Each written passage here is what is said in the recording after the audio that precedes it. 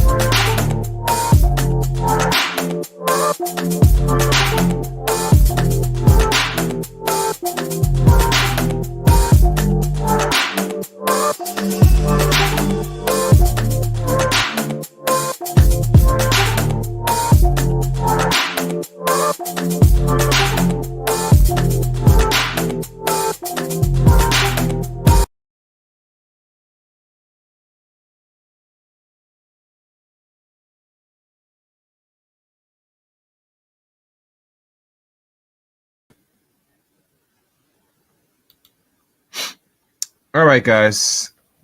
Zero Ends.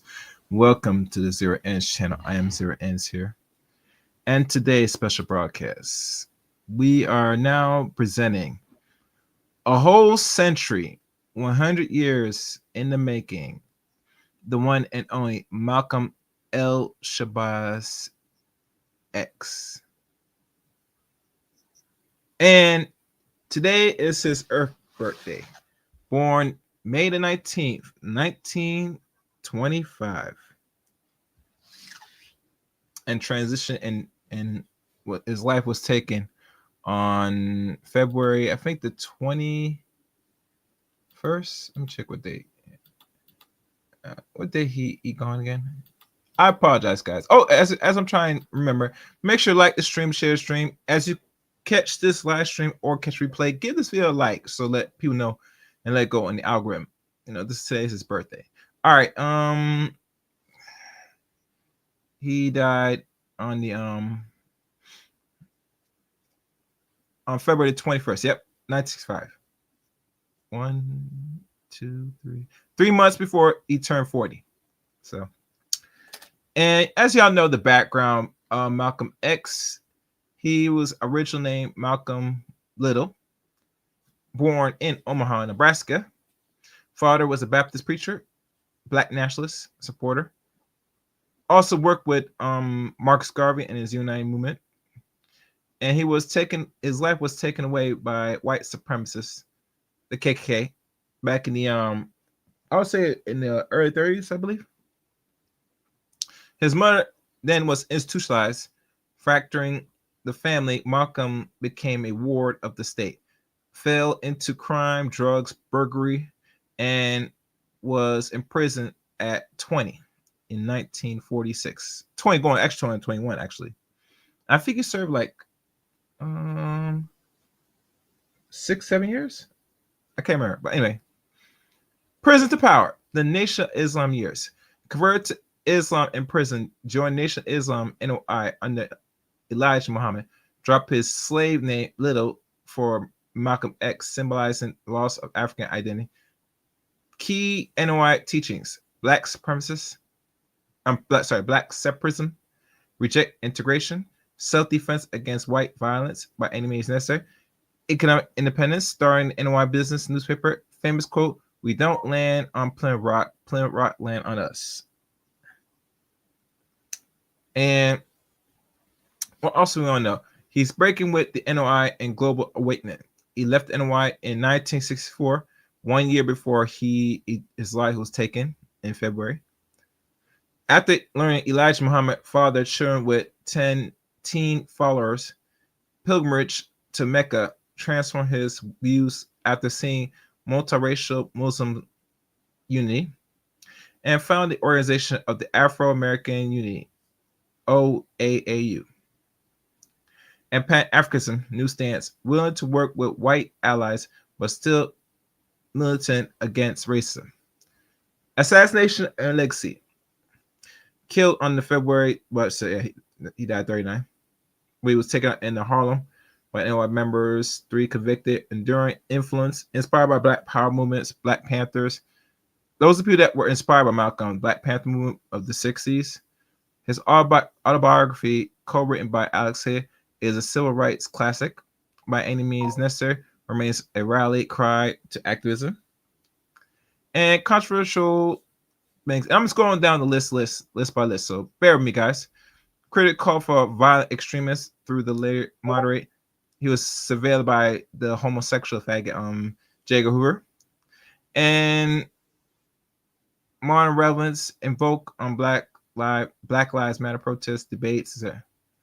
He's educational. He's a passport. Future of tomorrow belong to those who prepare for today. Malcolm X quote. For his economic views, yes.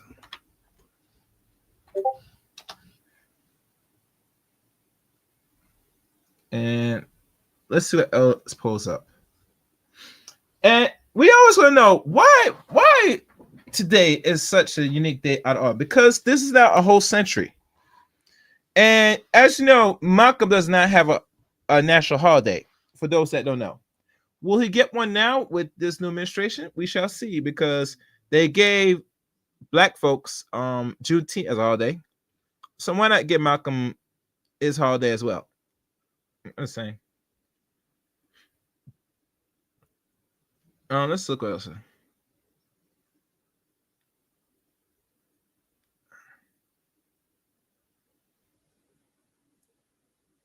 And one thing with Malcolm, he had a lot of speeches. I mean, a lot of speeches. And one of the few things. Oh, what's good? How you doing, information man? Hope everything's well. One thing I do want to say, let me drop a link, because maybe some people will know more than I do. I'm just going through the listing. If you dare, let me drop call link.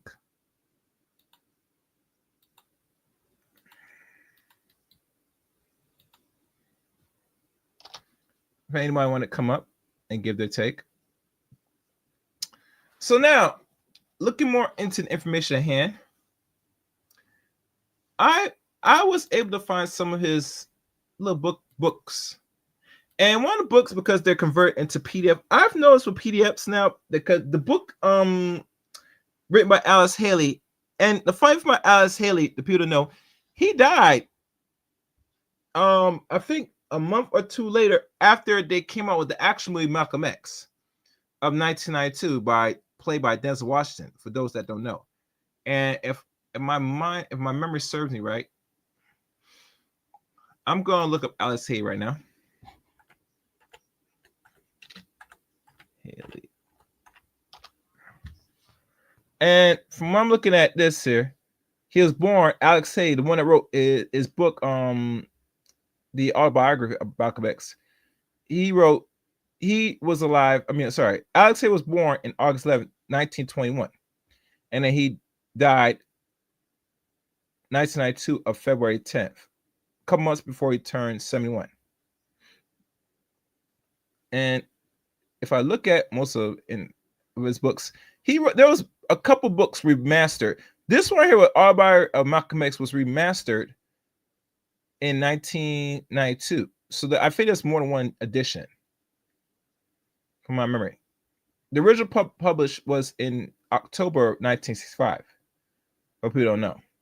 What you're seeing now is the revised version. Maybe they add some things, maybe take out some things. So if you didn't get the original book, you're missing out. And let me see if I can find. Let me see if I can find if there's an actual picture of the original book. Where is it?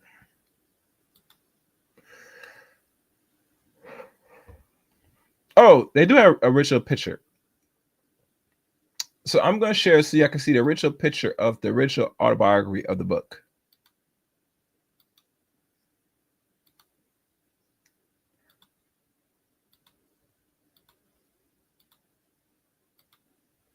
This is the original book. And remember, this book came out a couple months later after his death in October.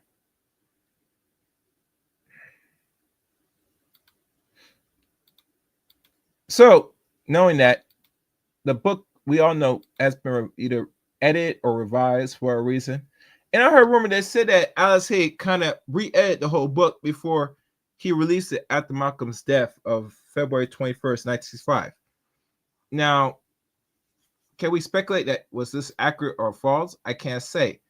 I'll tell you one thing. If it was revised, it probably was revised for a certain reason. Rather good or bad. We'll never know.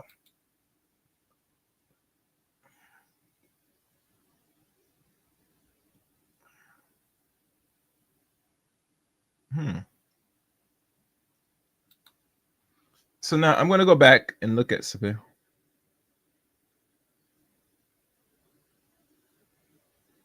Let me see. Brew Press was the original book company.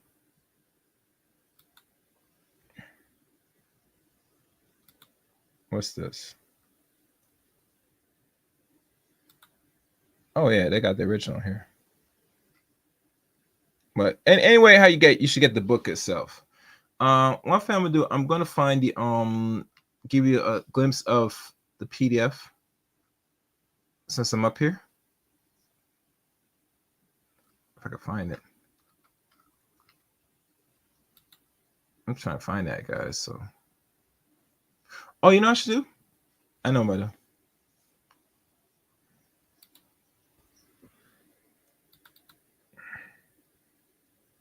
Where is it? Where is it? Where's the book? Malcolm X books. All right, I'm gonna move this to the side. All right, so what I'm gonna share is the 1992 version from the 1973 version that came out revised. I think the book itself was revised 3 times, from my opinion, by Alex Haley. The last edition was before his death of 1992, and my thing with Alex Haley, because I look at the movie Malcolm X, the movie.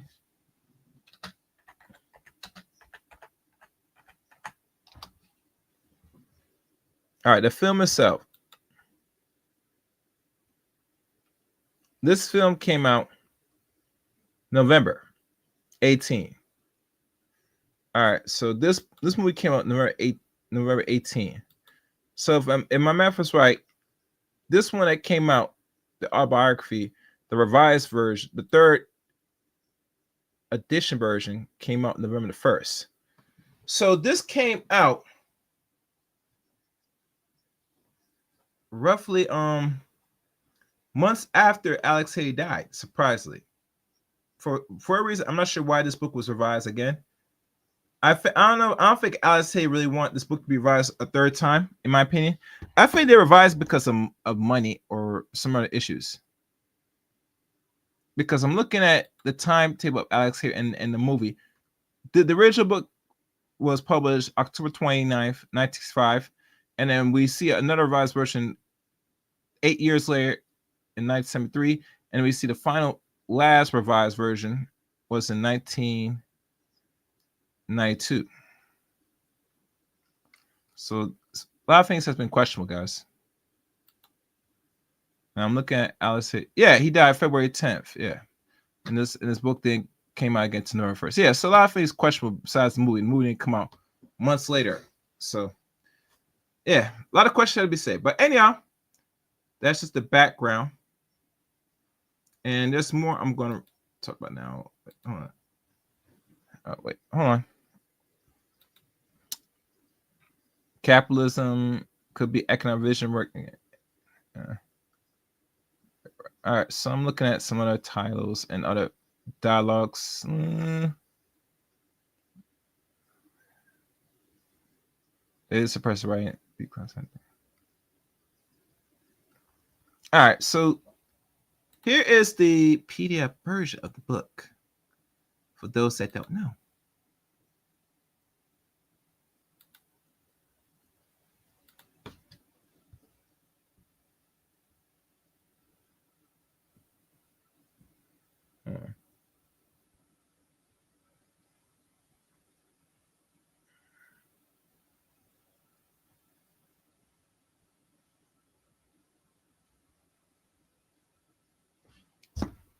Okay, here is the book.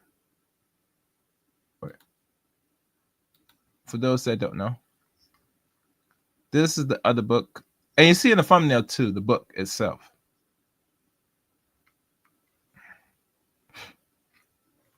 And it's republished again. Original copyright published was 1965, and they're not really being transparent of the amount. This is second or third. This is the third republished, third edit version, third edition, which I don't see here. Oh no, it does. Oh, it does. First Bellarmine book trade edition. Yeah, but it should be revised. But anyway, doesn't matter. It shows you. And in the book itself, you ever get the book either free or you pay for the physical book, you'll see roughly 19 chapters, you know? So, one second, guys.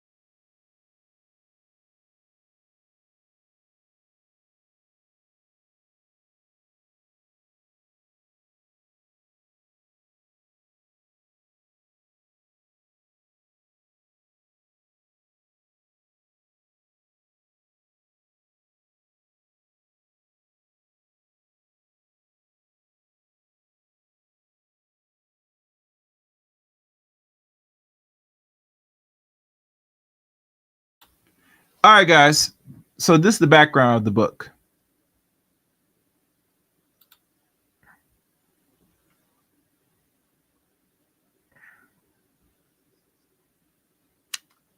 So when you get the book, you'll see for yourself. I can't go into it. I never owned the book until now, so I had to make some time to read this. You know. Now, what we're gonna do is going to run through some speech since this is 100th birthday. Let's go enjoy it.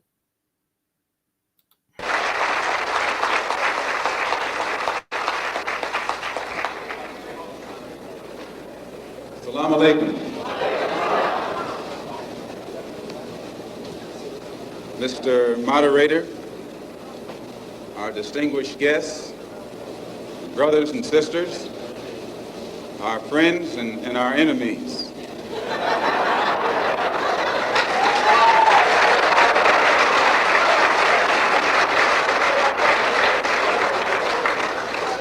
Everybody is here.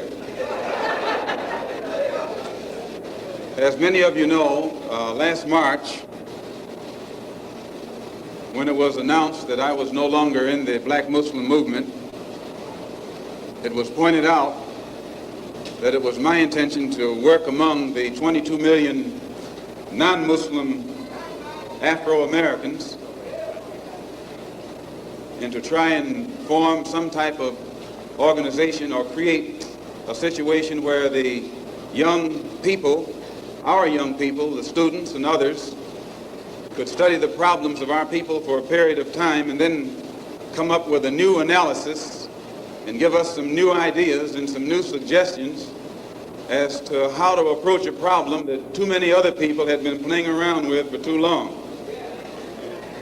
And that we would have some kind of meeting and determine at a later date whether to form a black nationalist party or a black nationalist army.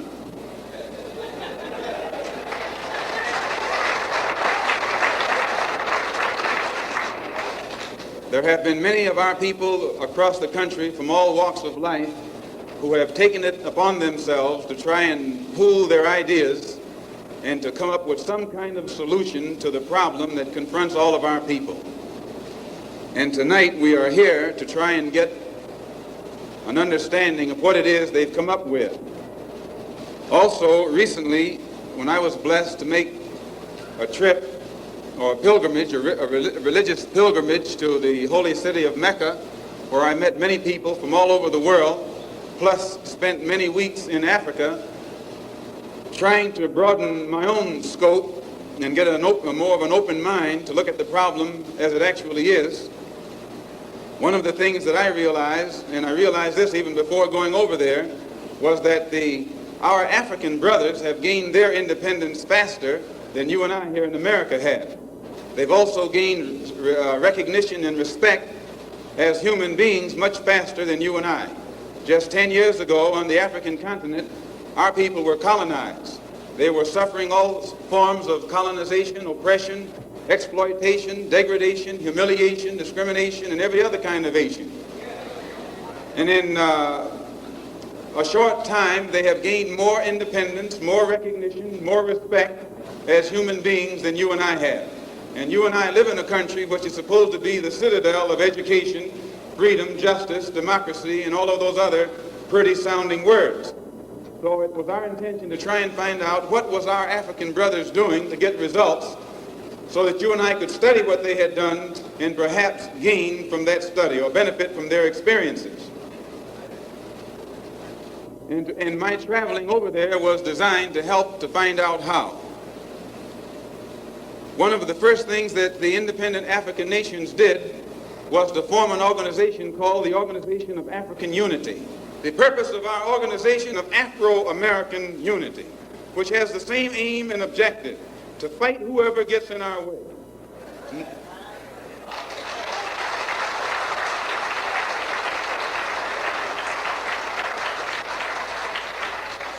To bring about the complete independence of people of African descent here in the Western Hemisphere and first here in the United States, and bring about the freedom of these people by any means necessary.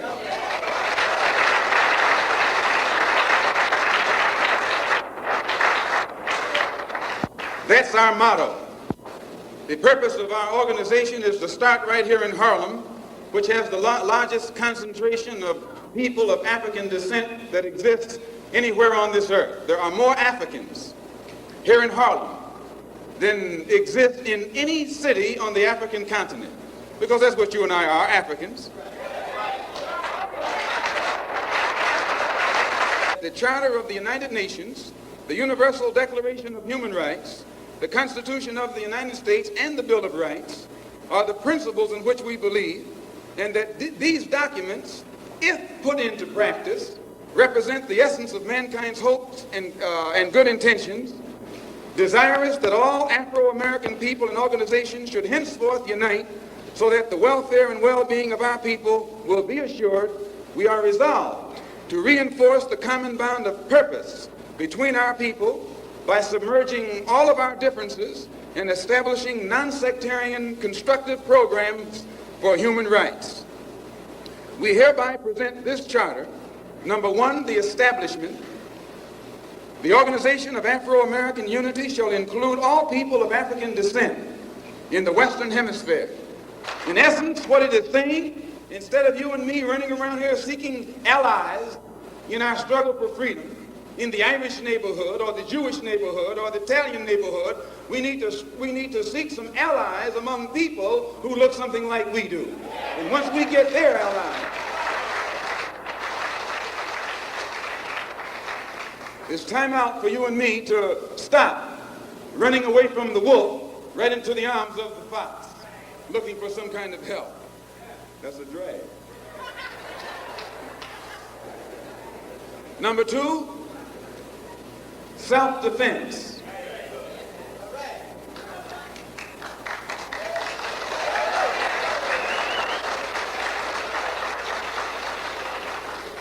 Since self-preservation is the first law of nature, we assert the Afro-Americans' right to self-defense. The Constitution of the United States of America clearly affirms the right of every American citizen to bear arms. And as Americans, we will not give up a single right guaranteed under the Constitution. The history of unpunished violence against our people clearly indicates that we must be prepared to defend ourselves, or we will continue to be a defenseless people at the mercy of a ruthless and violent racist mob.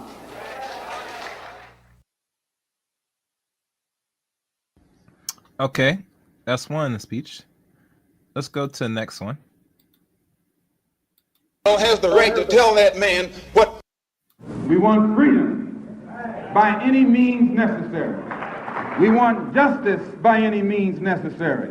We want equality by any means necessary. We want it now, or we don't think anybody should have it. So whatever kind of action program can be devised to get us the things that are ours by right, then I'm for that kind of action no matter what the action is. I don't think when a man is being criminally treated that some criminal has the right to tell that man what tactics to use to get the criminal off his back. When a criminal starts misusing me, I am going to use whatever necessary to get that criminal off my back. And the injustice that has been inflicted upon Negroes in this country by Uncle Sam is criminal. Don't blame a cracker in Georgia for your injustices. The government is responsible for the injustices. The government can bring these injustices to halt. And what you and I have to let the man know is we are peaceful people. We are loving people. We love everybody who loves us. But we don't love anybody who doesn't love us.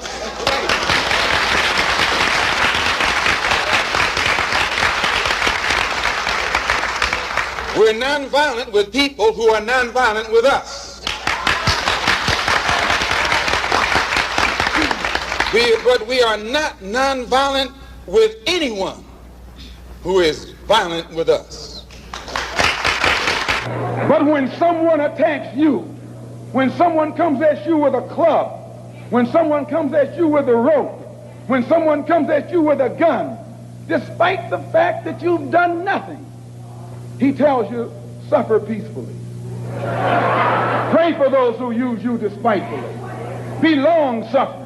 And how long can you suffer after suffering for 400 years?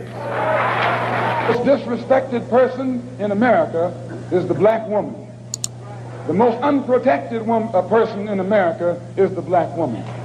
The most neglected person in America is the black woman. And as Muslims, the Honorable Elijah Muhammad teaches us to respect our women and to protect our women. And then the only time a Muslim really gets real violent is when someone goes to molest his woman. We will kill you for our woman. I'm making it plain, yes. We will kill you for our woman. We believe that if the white man will do whatever is necessary to see that his woman gets respect and protection, then you and I will never be recognized as men. until we stand up like men and place the same penalty over the head of anyone who puts his filthy hands out to put in the direction of our women.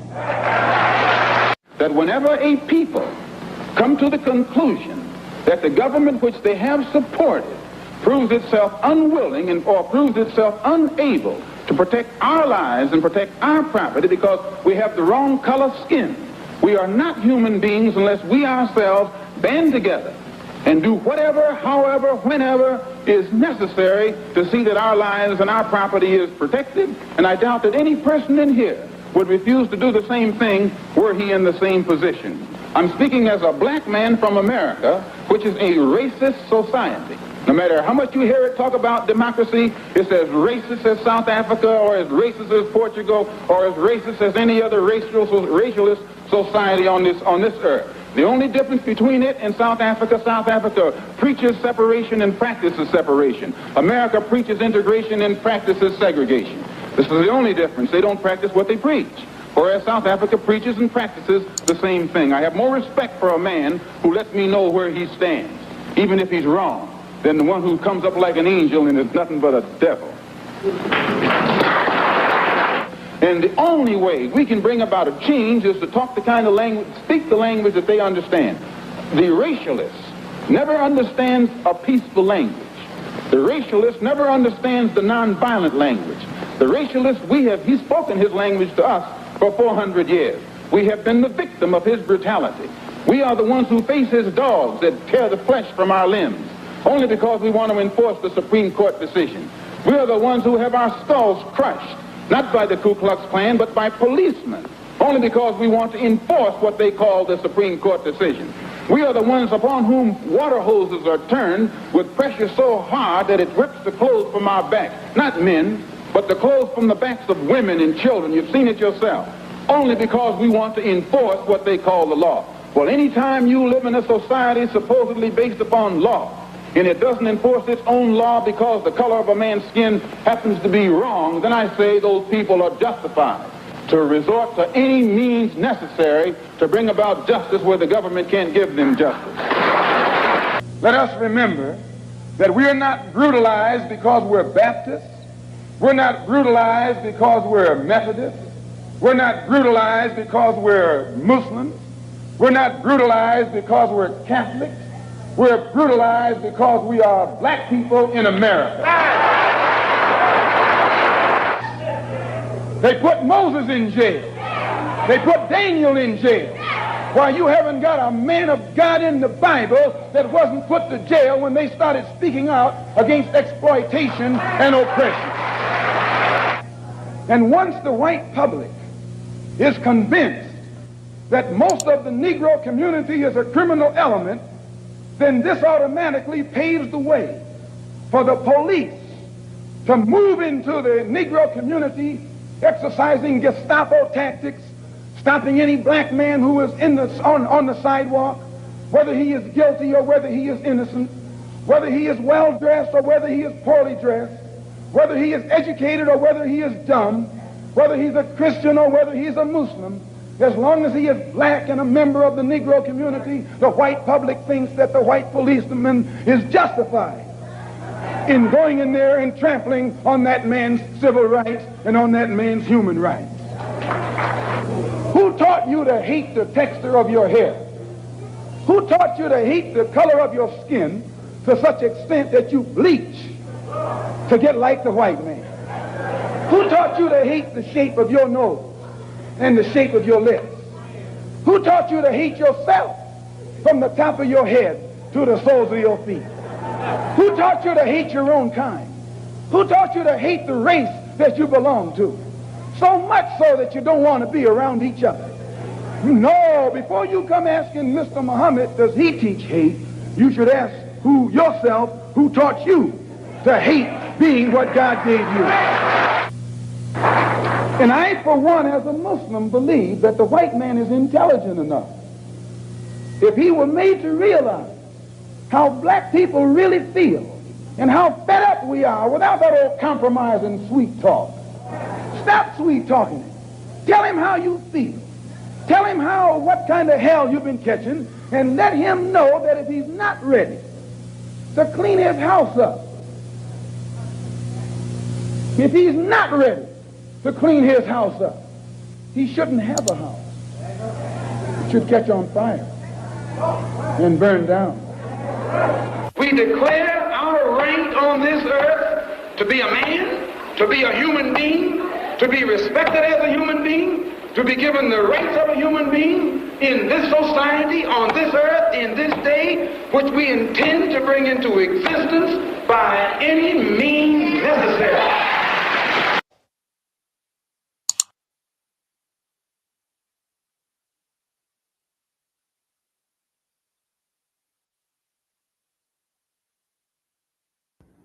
All right, guys. I guess someone else want to come up. I get it. Now, what holds for our existing future? Well, as you know, people gotten softer over the years. I mean, what Malcolm left back a couple decades ago, much has changed in regards to how people deal with things politically and even, socially. But back then, how they used to got their way and how they got things accomplished. They were boots strapped on the ground and in with the people. Today, you don't see that. You see more people interacting more, how can I say it, digitally, which is cool, but it's not going to be super effective in the long run, in my opinion. The short run, yes, you can get some done digitally online, maybe, but long run, no. But I think what people are going to do now, what's already been revealed, that, the day that Malcolm lived, the time he lived in that time where, it was necessary for a lot of blacks because a lot of black people were not really integrated to the system. Now, will integration now in the 21st century where we have this new administration, will it hold up now? Because we're now, unfortunately, 50 years from the actual Civil Rights Act taking effect now. It was signed into law in 1964, but it didn't really took effect until next year. So we're now actually 60 years of civil rights. What the future holds for the civil rights and people in general, only time will tell. Only time will tell. And please, guys, like the stream as you come in. Likes are free. You want, you can share this. This is one little ones that gotta do a little dedication to Malcolm X. El Shabazz. I'm just looking at some things.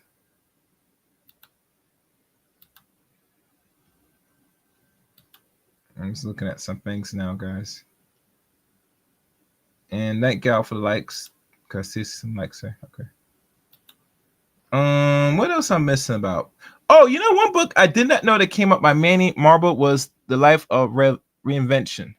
I'm not sure what's in this book right here by New York Times. This one is much bigger than all the other existing books. This book right here on the right is like almost 700 pages long. I'm not sure what's in it, but it looks like some valuable information. So I don't think I have anything else here, guys. Did a nice little short one. I wish I had some more to talk about, but there's not really much to say because Malcolm X said it himself on all his lectures, all his videos. He told everything that the people, mostly black people, need to know or hear. It is up to black people moving forward what they want to do to preserve themselves in America. And not gonna be easy, but nothing in life is easy. Never has, never will. But yeah, leave a comment at the end of this video. Oh, and please subscribe to Zero Ends channel, like always. Thank y'all for watching. Until next time, take care, guys. Take care.